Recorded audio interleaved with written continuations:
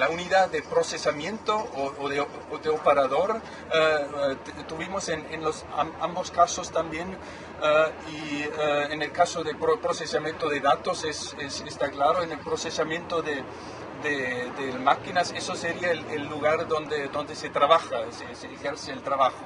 El procesamiento con información también es trabajo, pero el trabajo con energías mínimas, así de cierto modo un trabajo muy inteligente, porque el trabajo donde menos energía se gasta se considera lo más inteligente. Eso es una buena máxima, digamos, en ese sentido.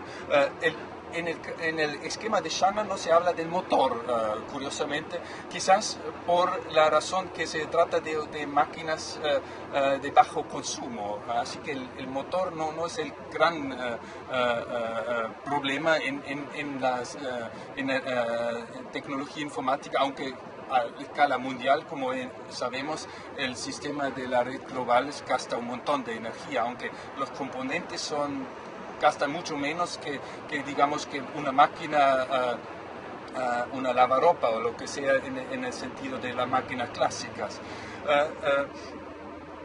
Lo que falta en el esquema clásico triple de la máquina, si pensamos en el motor, transmisor y operador, es la unidad de almacén. Almacenar o la memoria, podemos decir.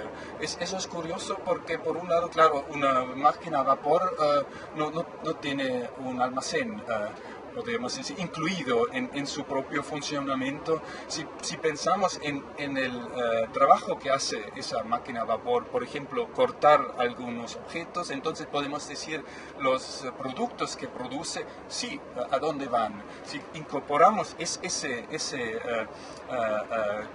proceso también, entonces tenemos el problema del depósito. Es interesante que eso en la versión clásica de la máquina no se incorporó. La cuestión de la memoria tampoco tiene.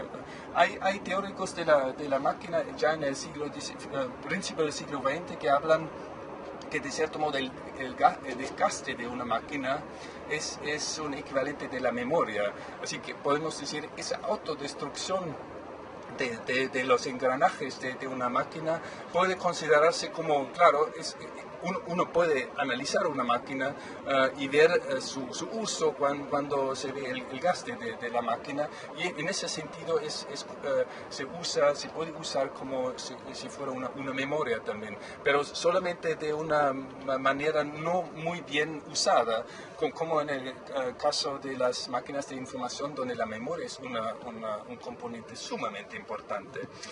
Si tomamos esos tres elementos básicos del procesamiento, de la transmisión y del almacenar, y recorrimos un poco las máquinas básicas, digamos, del 19 al siglo XX, incorporando además también elementos espaciales arquitectónicos en ese triple modelo. Entonces vemos que hay evidentemente máquinas que pueden considerarse edificios, y al revés. La máquina clásica antes de la tecnificación de vapor era el molino. Eso es el gran sistema tecnológico. Era también la referencia filosófica siempre cuando se habló de la máquina, entonces era el molino. El molino tenía una característica importante porque se consideró como un autómata, porque el motor en ese sentido no es un motor que gasta energía como fuego o algo así, sino es un motor natural, podríamos decir, ofrecido sin costo, el viento o si es el agua en el otro sentido.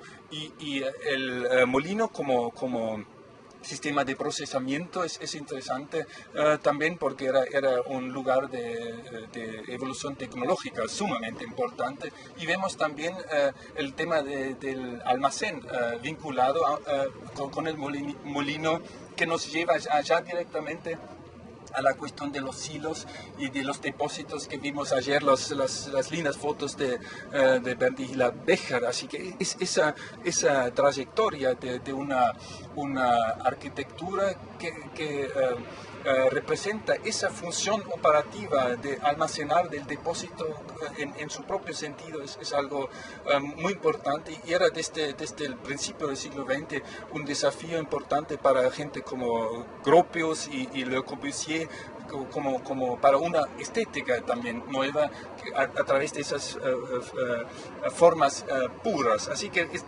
si perseguimos un poco esta función de del almacén, podemos decir, bueno, todos los elementos en ese sentido, el galpón, la baraca, por ejemplo, también el pabellón, esos son dispositivos arquitectónicos en el propio sentido, con diferentes versiones de almacenar objetos. El museo, por ejemplo, es una parte importante en ese sentido, y vemos como un aspecto interesante que en la historia de la concepción de museos desde el siglo XIX, uno había pensado el museo como una arquitectura industrial, por una razón importante, que es el museo es un lugar de colección, y colecciones tienen tendencias de crecer. ¿Y cómo se hace eso con un objeto arquitectónico que es estático? ¿Cómo transformar ese objeto arquitectónico en algo tan flexible que permite el crecimiento paralelo al crecimiento de las colecciones? Y por eso la gente estaba pensando en una estructura radicalmente industrial de acero, digamos, de galpones que se pueden repetir y agregar uno detrás del otro. Así que ese almacén, ese depósito, esa memoria, digamos, arquitectónica, es algo importante, y además se vincula con eso, con ese contexto artístico, incluso como cualquier tipo de museo que está vinculado con el mundo de arte. El elemento más radical en esa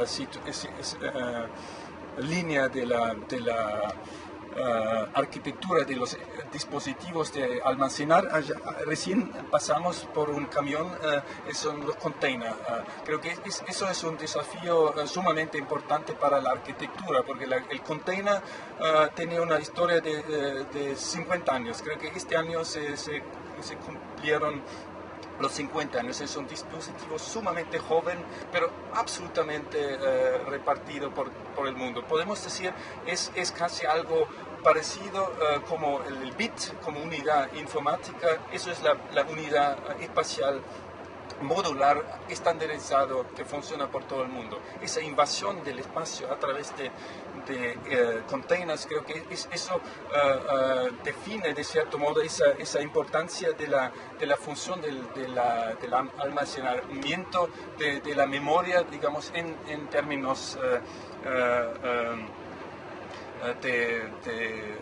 arquitectónicos. Y interesantemente, el container se vincula íntimamente con esa otra función que había nombrado, no solamente almacenar, sino transmitir. El container consiste o la función propia del container es transporte también. Pero transporte, mucha gente o muchas empresas ya no hacen muchos grandes almacenes, sino usan el correr de los containers por todo el mundo como reemplazo del almacén, así como algo. Eso es muy interesante, una arquitectura rodante, podríamos decir, que en vez de tener en un lugar amontonado muchísimos elementos de su producción, dejarlo flotar, rodear por el mundo, y a través de esa operación dejarles mucho más accesible a todos lugares, como es el mismo caso en el caso de las informaciones, packet switching, cuando nosotros mandamos un mensaje, ese mensaje no atraviesa a través de un bulto la web, sino se parcela en muchos elementos y está dando vueltas por caminos sumamente diferentes. Solamente al final se juntan en el destino y crean el acontecimiento deseado. En el caso de la transmisión telefónica, eso es más complicado que en el caso de la transmisión de un texto, porque en el caso de la transmisión telefónica, la llegada de los elementos en el orden correcto es mucho más importante que en un caso de una expresión visual simbólica.